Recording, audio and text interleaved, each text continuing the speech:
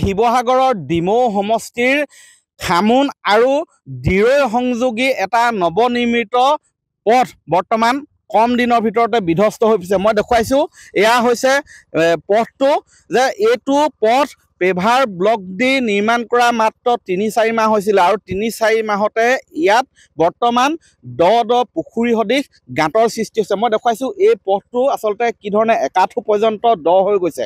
ইয়াৰ paver ব্লকসমূহ চপৰে বৰ্তমান এৰি গুচি গ'ল, কাৰণ ইয়াত যি ধৰণে ৰুলাৰ ইয়াত চলাব লাগিছিলে পথটো নিৰ্মাণৰ সময়ত সেইধৰণে ৰুলাৰ ইয়াত ব্যৱহাৰ কৰা নহ'ল। ইয়াৰ উপৰিও এইটো হৈছে এটা গ্ৰাম্যাঞ্চলৰ পথ, কিন্তু এই পথেদি অত্যাধিক বুজাই কঢ়িওৱা ডাম্পাৰ চলাচল কৰাৰ ফলত একাংশ ডাম্পাৰৰ অটপালিৰ ফলত বৰ্তমান বিধ্বস্ত হৈ পৰিলে। মই ইয়াৰ এই পথেদি অহা যোৱা কৰা একাংশ যাত্ৰী আছে, মই জানিব বিচাৰিম। দাদা, কেনেকুৱা দেখিছে পথ? বহুত বেয়া পথ। কি ক'ব? কাম ভাল নাই হোৱা, যি উন্নতমান কাম হ'ব লাগিছে সেই কামটো হোৱা নাই, সেইকাৰণে পথখিনি বেয়া হৈ যাব। কি আহ্বান জনাব? আমাৰ MLA মহোদয়ক অনুৰোধ কৰিছোঁ যাতে পথটো ভালকৈ মেৰামতি কৰি দিয়ক। আৰু এজন আছে, মই দেখুৱাইছোঁ যাত্ৰী আহিছে, আচলতে মৰণ ফান্দলৈ পৰিণত হৈছে এটুকুৰা। কি ক'ব, কেনেকুৱা পায়? এইটো বনোৱা আপোনাৰ 1 বছৰ হোৱাই নাই। এইখিনি মাটিখিনি পেলাই পিনে অকণমান আপোনাৰ টাইম বহিবলৈ দিব লাগিছিলে। নবহাকৈ গোটেই ডাঙৰ গাড়ী চলাই দিলে, সেইটো কাৰণে গোটেই ৰাস্তাটো বহি গ'ল আৰু তাতকৈ বেলেগ কিনো ক'ব আৰু কওক। ৰুলাৰো ভালকৈ চলোৱা নাছিলে নেকি? ৰুলাৰ চলালেও কি হ'ব, এইটো নতুন দলংখন বনাইছে, নতুন মাটি পেলাই পিনে লগে আৰু ব্লক বহাই দিছে আৰু ডাঙৰ গাড়ী চলাই দিছে, বহিবই আৰু এইটো আকৌ বনাব, ইমানটোৱে আৰু।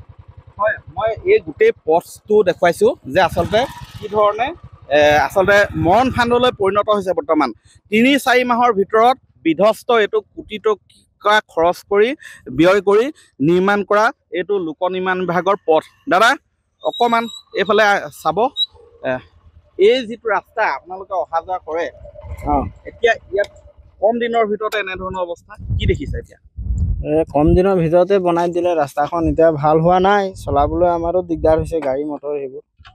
আৰু যেনেকুৱা অৱস্থা হৈ গৈছে মানে এক্সিডেণ্ট হৈ পৰিবলৈ ভয়, এনেকুৱা গতি হৈ গৈছে মানে। হয়, আৰু এইটো বানপানী জেগা নহয় ছাৰ, এইটো বানপানী জেগা। সেই ৰাস্তাবিলাক অকণমান ওখ কৰিব লাগে, এইটো এনি টাইম পানী। এতিয়া আপোনালোকে চাইছেই এইখন নহয়, এইখন ৰাস্তা, সেই ৰাস্তাখন অলপ মানে মাটি চাটি তুলি অকণমান ভালকৈ বনাব লাগে, তেতিয়া মানে আমাৰ সুবিধাটো হয়। হয়, এতিয়া আচলতে সঠিকভাৱে এই পথটো নিৰ্মাণ নকৰাৰ বাবে আচলতে মৰণ ফান্দলৈ পৰিণত হৈছে।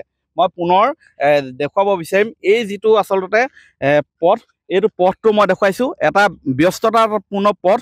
এই পথটো দিৰৈ নদীৰ সমীপৰ পথ, ডিমৌ সমষ্টিৰ অন্তৰ্গত। এই পথটো চাওক কি ধৰণে অহা যোৱা কৰিবলগীয়া হয়। পথ নহয় যেন পুখুৰী, এই অৱস্থালৈ গতি কৰিছে। আচলতে কেনেকুৱা দেখিছা পথটো? বেয়া। তোমালোক কোন কলেজৰ? Polytechnic, Dimow polytechnic. এইফালে অহা যোৱা কৰা কৰোঁ। এতিয়া কি অৱস্থা? এতিয়া বেয়া বৰ্তমান। হয় বাইদেউ, এয়া মই দেখুৱাইছোঁ শিৱসাগৰৰ এইটো পথ। ক'ৰ হয় আপোনালোক? দিৰৈ। এইটো বেছি দিন বছৰ হোৱা নাছিলে, এইটো কিমান দিন? এতিয়া কি দেখিছে? এতিয়াতো দেখিছো ৰাস্তাটো ভাল হোৱা নাই আৰু। এইটো পুখুৰী বুলি ক'ব পাৰি? পুখুৰী। হয়, ইয়াত দেখুৱাইছোঁ মই আচলতে পথ নহয় যেন পুখুৰী। এইটো ৩-৪ মাহৰ ভিতৰত এনেধৰণৰ পুখুৰীৰ ৰূপ লৈছে এইটো এই পথটো। খামুন, মই পুনৰ কৈছোঁ, ডিমৌ সমষ্টিৰ অন্তৰ্গত খামুন আৰু দিৰৈ সংযোগী এই পেভাৰ ব্লক দি নিৰ্মাণ কৰিছিলে এই পথটো, কিন্তু নিৰ্মাণত চূড়ান্ত বিসংগতি হ'ল।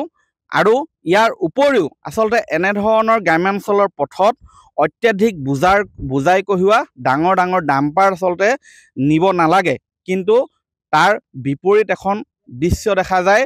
ইয়াত একাংশ ভূমাফিয়াই অত্যাধিক বালি, মাটি, শিল কঢ়িয়াই আচলতে এই পথটো বৰ্তমান এই বিধ্বস্ত কৰি পেলাইছে। স্কুলীয়া ছাত্ৰ ছাত্ৰীও ৰোগী অনা নিয়া কৰিবলৈ আচলতে অহা যোৱা কৰাৰ ক্ষেত্ৰতো যথেষ্ট বৰ্তমান অসুবিধাৰ সন্মুখীন হৈছে। অনাগত সময়ত লক্ষণীয় হ'ব ইয়াৰ লোক নিৰ্মাণ বিভাগৰ এই সন্দৰ্ভত কি পদক্ষেপ গ্ৰহণ কৰিব। আপুনি বিচৰা বাতৰি পাব কেৱল নিউজ 18 এপত। নিউজ 18 এপ ডাউনলোড কৰিবলৈ স্কেন কৰক এই QR কোড। গুগল প্লে ষ্টৰতো পাব এই নিউজ 18 এপ।